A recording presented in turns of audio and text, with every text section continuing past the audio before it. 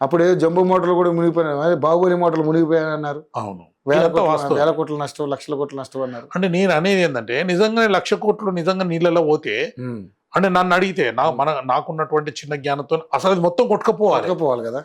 పైగా ఆ ప్రాంత వాసులు, మీరు ఆ ప్రాంత వాసులు, అదే ఆ ప్రాంత వాసులు దానికి దగ్గర నేను పనిచేసింది అదే ఏరియా.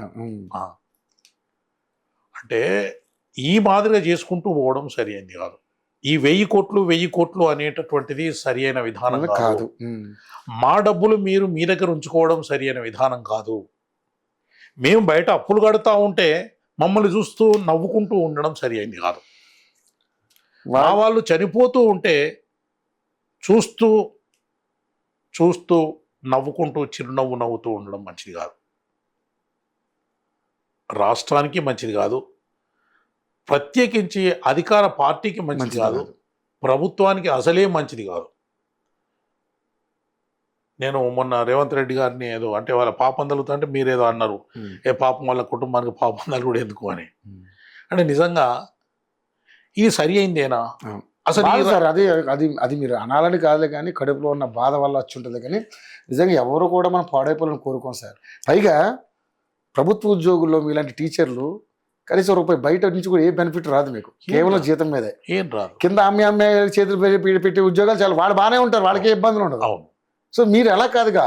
మీరు నిన్న ఒకటి చూసా నేను, ఇక్కడ మన బొల్లారం దగ్గర ఎక్కడో ఆ స్కూల్లో ఒకటే ఆ విద్యార్థి వాడిని ఒక్కడినైనా పాస్ చేయించాలనే ఉద్దేశంతో టీచర్లు ఇంటికి వెళ్ళి వాడికి కూర్చోబెట్టి మరి వాడికి పాఠాలు చెప్పి వాడిని పాస్ చేయించే 4,476 మార్కులు వచ్చినంటాడు.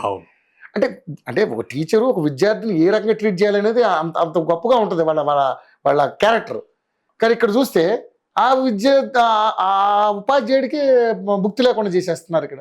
కరెక్ట్. ఇప్పుడు మీరు నాకు మంచి జ్ఞాపకం చేశారు. నేను పనిచేసి రిటైర్ అయిన విలేజ్ లోపల రాకేష్ అని పిల్లవాడు, ఒక 10th క్లాసు.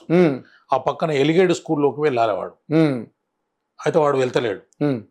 వానికి నేను స్వయంగా వాళ్ళ ఇంటికి, అబ్బాయి వాషర్ మ్యాన్, రజక కులానికి సంబంధించినటువంటి పిల్లవాడు, వాడు పోకపోతే వాళ్ళ పేరెంట్స్ వాళ్ళు నన్ను బతిలాడు, సార్ కొద్దిగా మీరు చెప్తే వింటాడు అంటే చాలాసార్లు ఫోన్లో కౌన్సిలింగ్ చేసిన, 2-3 సార్లు పోయినా, పంపించిన. ఆ హెడ్ మాస్టర్ కూడా ఆయన నాకు దగ్గర మిత్రుడు దేవేందర్ రావు అని, తను కూడా ఏం చేసినట్టే, అన్న కొద్దిగా మీరు చెప్పుంటే వాడు ఒక్కడే కొద్దిగా అబ్స్కాండింగ్ అయ్యేటట్టు, మరి కొద్దిగా ఇబ్బంది అవుతుంది అని అంటే, నిన్న వాళ్ళందరూ మా ఇంటికి వచ్చారు. సార్ మా పిల్లవాడు పాస్ అయ్యింది సార్ అంటే, ఆల్రెడీ వాడు నా స్టూడెంట్ కాదు, అవును, నా ఊర్లో ఉన్నటువంటి పిల్లవాడు. మాకు అంతా కొట్టుకున్నది, మాకు దిల్ తడప్తే, అదే వీడు మావాడు కదా, మా పిల్లవాడు కదా, దీనికి ఏదో చేయాలి కదా అని చెప్పానని. కానీ ఇన్ని సంవత్సరాల పాటుగా నీ దగ్గర పనిచేస్తే, ఇంత దరిద్రంగా వ్యవహరిస్తే, ఇంత ఉదాసీనంగా ఉంటే ఇది ఏంటిది? ఇది మంత్రుల కమిటీ ఏంది? మంత్రుల కమిటీ రిపోర్ట్ ఇచ్చుడు ఏంది? 100 రోజులలో పేమెంట్ చేసేది.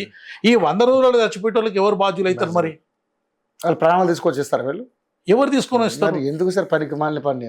డిప్యూటీ సీఎం దగ్గర పనిచేసినటువంటి సెక్యూరిటీ ఆఫీసర్ చచ్చిపోతేనే దిక్కులేదు. పాపం వాళ్ళది ఎంత ఘోరం. ఆయన చనిపోయాడు, వాళ్ళ భార్య చనిపోయింది, వాళ్ళ కొడుకు కూడా పాపం ఏదో చాలా ఇబ్బందులలో ఉన్నాడు. మరి ఇట్లాంటి హృదయ విదారకమైనటువంటి విషయాలు విని మీకు స్పందన ఉంటుంది. మీరు రాతి గుండెనా, లేకపోతే ఉక్కు గుండెనా, ఇనుప గుండెనా, ఏంటిది అసలు? మరి స్పందన ఉండదా? కనీస స్పందన ఉండదా? సరే ముఖ్యమంత్రికి లేదు, ముఖ్యమంత్రి సలహాదారులకు లేదు, మంత్రిమండలికి ఉండదా? సరే మంత్రిమండలికి కూడా లేదు, అధికార పార్టీ ఎమ్మెల్యేలకు ఎమ్మెల్సీలకు ఉండదా?